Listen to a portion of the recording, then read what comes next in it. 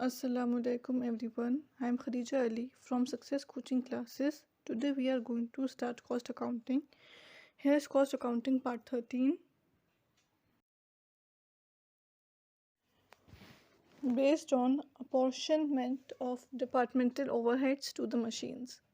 इसमें है rent rates, taxes, lighting, repairing and maintenance, depreciation, heating, supervisory expenses, power.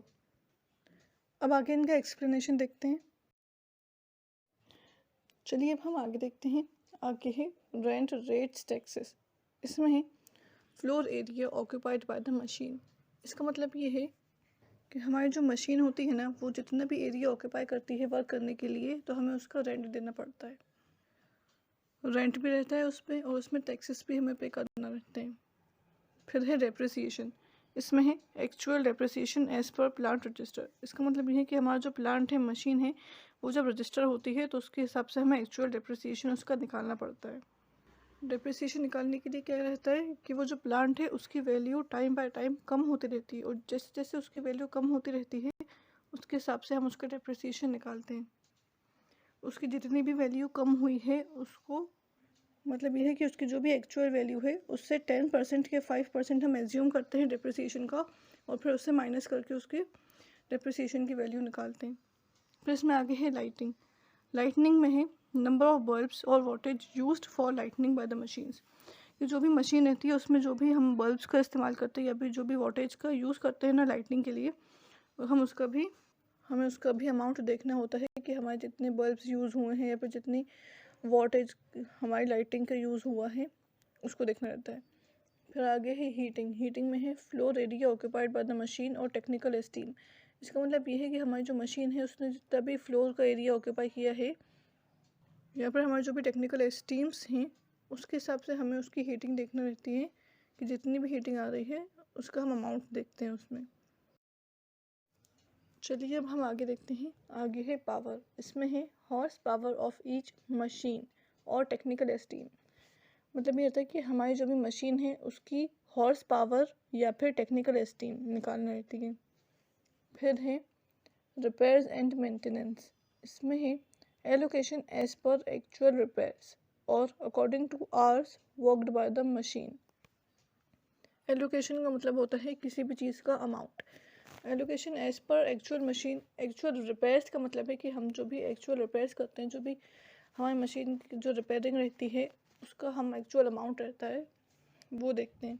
या फिर according to hours worked by machine, कि machine ने जितने भी घंटे काम करा है उसका अमाउंट देखते हैं हम इसमें।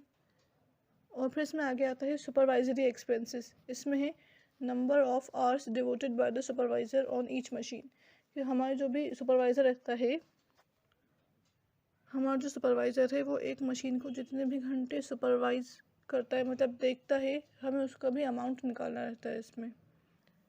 अब हम इसकी एक एग्ज़ाम्पल लेके देखते हैं। एग्ज़ाम्पल हम ले लेते हैं एक गेम पार्लर की। वहाँ पे जो मशीन्स लगी रहती हैं उसका हम देखते हैं। ये पहला पॉइंट है हमारा रेंट रेट्स टैक्सेस, कि हमारा गेम पार्लर में जो भी मशीन्स लगी हैं उसका हमें रेंट देना पड़ता है मशीन्स का, और उसके टैक्सेस भी हमें पे करना रहते हैं। फिर दूसरा पॉइंट आता है हमारा डेप्रिसिएशन, कि हमारी जो मशीन है, जितने भी हमारे मशीन एक्चुअल अमाउंट में लगी है उस एक्चुअल अमाउंट से हमें डेप्रिसिएशन निकालना पड़ता है, कि हमारे इतने महीने बाद या इतने सालों बाद जो है मशीन की वैल्यू गिर रही है, तो उस हिसाब से हमें उसका अमाउंट निकालना होता है। फिर आता है लाइटनिंग।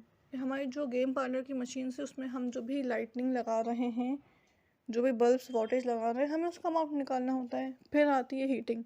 हीटिंग में ये कि हमारी जो मशीन्स हैं, हमारी गेम पार्लर्स की जो मशीन है उनकी हीटिंग का भी ख़र्चा हमें इसमें देखना रहता है। फिर आती है पावर, कि हमारी जो मशीन्स हैं उसमें से जो पावर रिलीज़ हो रही है हमें उसका भी अमाउंट इसमें देखना होता है। उसमें जो भी मतलब पावर खर्च हो रही है, मतलब जैसे कि हमारी मशीन्स हैं वो इलेक्ट्रिसिटी से चल रही हैं, तो वो उसका इलेक्ट्रिसिटी का मेंटेनेंस हमें देखना होता है। फिर आगे आता है रिपेयर एंड मेंटेनेंस, कि हमारी मशीन अगर कुछ ख़राब हो गई है तो उसको रिपेयर करवाने के लिए जो आएगा हमें उसका भी पैसे देना होंगे, उसके मेंटेनेंस का भी ख़र्चा हमें निकालना होगा। और फिर आता है लास्ट में सुपरवाइजरी एक्सपेंसेस। हमारी जो मशीन है हम इस्तेमाल कर रहे हैं, मतलब लोग उन मशीन्स को इस्तेमाल कर रहे हैं और सुपरवाइज़र जो हैं वो देख रहे हैं कि किस इंसान ने कितने घंटे उस मशीन को इस्तेमाल करा, या फिर सुपरवाइज़र जो हैं वो क्या कर रहे हैं, मशीन की मेंटेनेंस को चेक कर रहे हैं। तो जितने भी घंटे हमारे सुपरवाइज़र हमारी मशीन्स को देख रहे हैं, हमें उसका भी अमाउंट उनको देना पड़ता है।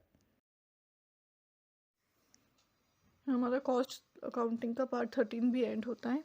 Thanks for watching. Please like, share and subscribe. Press the bell icon.